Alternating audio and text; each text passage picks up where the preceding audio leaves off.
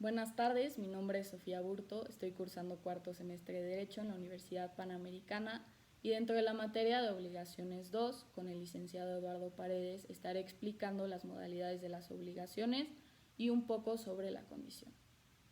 Para empezar, me parece prudente definir lo que es una modalidad. Para la Real Academia Española, una modalidad es un modo de ser o de manifestarse de algo. Ahora bien, ¿qué es un modo de ser? Un modo de ser es una forma variable pero determinada que puede tomar el sujeto sin dejar de ser el mismo. Entonces podemos concluir que la modalidad de la obligación va a ser una manera o forma de ser variable o de manifestarse de la obligación. A contrario sensu, la obligación simple y pura va a ser aquella que no esté sujeta a término, condición o plazo y no tenga pluralidad en sus objetos o sujeto. Fausto Rico y compañía proponen una clasificación para las obligaciones en 3 criterios. Por su eficacia, que se refiere a aquellas sujetas a término o condición. Por la pluralidad de sus objetos, refiriéndose a las conjuntivas, facultativas o alternativas. Y por la pluralidad de sus sujetos, refiriéndose a las mancomunadas y solidarias. Ahora sí, continuando con el tema principal, realmente cuando nos referimos a las modalidades de las obligaciones, hablamos de 3 cosas: de la condición, del plazo o término y del modo carga. Esta es la clasificación más acostumbrada y es la que usamos en la materia.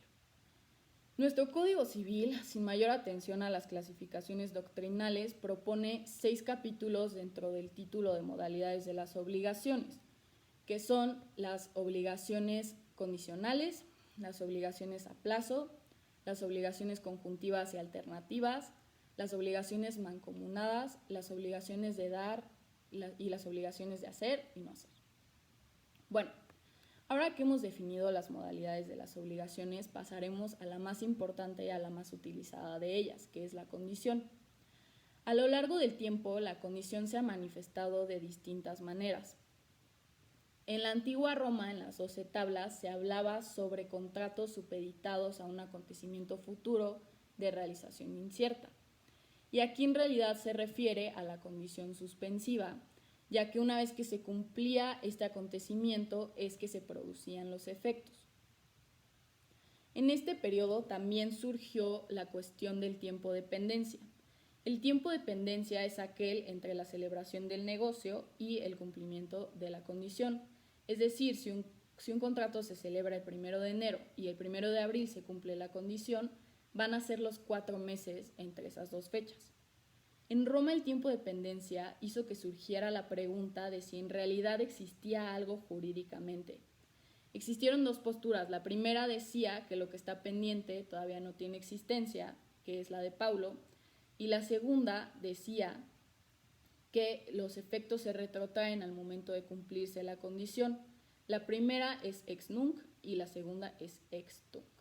La ex tunc fue la postura dominante y se consolidó durante la Edad Media con Bartolo de Sassoferrato en la posglosa. En cuanto a la condición resolutoria, realmente en Roma no hubo ninguna regulación y más bien se hablaba de figuras afines como el pacto comisorio. El Código Napoleón hablaba sobre las condiciones suspensivas y las resolutorias. El Código de Napoleón estudiaba la condición desde la perspectiva de la obligación y aquí se defendieron los efectos ex nunc, ya que para el Código no había nacido la obligación hasta que sucede el acontecimiento, pero el acreedor sí que puede realizar todos los actos conservatorios de su derecho. El BGB varía su postura un poco de la francesa, ya que estudia más bien a la condición desde la perspectiva de los efectos que surte. Me parece que es en el parágrafo 158 que se dice que en realidad lo que está supeditado a la condición es la eficacia. En la legislación mexicana, el Código del 84 sigue a la postura francesa como es lo usual y tiene una redacción, la verdad es que un tanto deficiente. El actual sí lo regula con amplitud del 1938 al 1952. Ahora bien, ¿qué es una condición? Cuando respondemos esta pregunta solemos decir, un acontecimiento futuro de realización incierta del cual depende el nacimiento o extinción de la obligación. Nuestro Código Civil no define como tal la condición, pero sí define a las obligaciones condicionales en el 1938 y dice que la obligación es condicional cuando su existencia o su resolución dependen de un acontecimiento futuro e incierto. El problema aquí es que no contempla que no todas las condiciones y no todos los negocios jurídicos tienen por propósito la creación de una obligación, como por ejemplo un convenio modificatorio o una asunción de deudas. Esto es criticable, pero tiene su origen en los antecedentes que acabo de mencionar. Kipp y Wolf, a grandes rasgos, dicen que la condición es una limitación añadida a la declaración de la voluntad, y la realidad es que sí es así, es una herramienta del imperio de la voluntad humana.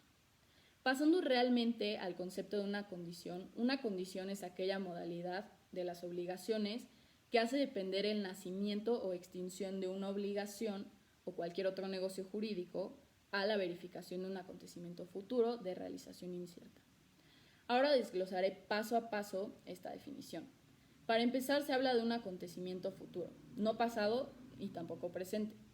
Es interesante que el Código del 84 sí preveía acontecimientos pasados que fueran no conocidos. Hoy en día, si se celebrara un negocio de esta naturaleza, en realidad sería una obligación pura y simple, ya que o nunca hubiera nacido o nunca se hubieran retrotraído los efectos. El siguiente elemento es la realización incierta. Fausto Rico critica el uso de la palabra incierta porque puede significar desconocido o no sabido, y prefiere más bien el término contingente, que significa que puede que pase o no pase. Pero la Real Academia Española no hace ninguna diferencia y ambos términos son correctos. De esta parte de la definición es importante saber que esta incertidumbre debe recaer sobre la ocurrencia del acontecimiento en sí, no sobre el tiempo en el que pase, porque si no más bien estaríamos hablando de un término. En este sentido, tenemos tres posibles combinaciones al respecto. La primera es que sabemos que algo va a pasar, pero no sabemos cuándo, y aquí estaríamos hablando de un término. El caso más común y el más claro es la muerte. Todos moriremos, pero no sabremos cuándo. La segunda es que no se sepa si algo va a pasar, pero sí se sepa cuándo. Esto sí trata de una condición, y un ejemplo muy claro que va acorde a las fechas actuales es si el Real Madrid ganará o no la final de la Champions League.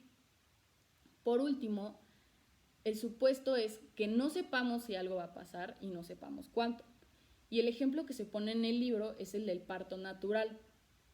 Aquí sí hablamos de una condición, y hablamos del parto natural ya que durante las primeras semanas del embarazo no se sabe con certeza si el nasciturus llegará al nacimiento, y si es que llega no se sabe cuándo. El siguiente punto de la definición es la existencia o resolución de la obligación. Y esto más bien está relacionado a la clasificación de las condiciones en suspensivas o resolutorias, que ya corresponderá hablar a otro compañero mío al respecto. A continuación, y a manera de un breve sumario, haré una conclusión sobre lo aprendido. Las modalidades son una forma especial de ser de la obligación. Comúnmente encontramos tres: la condición, el plazo término y el modo o carga.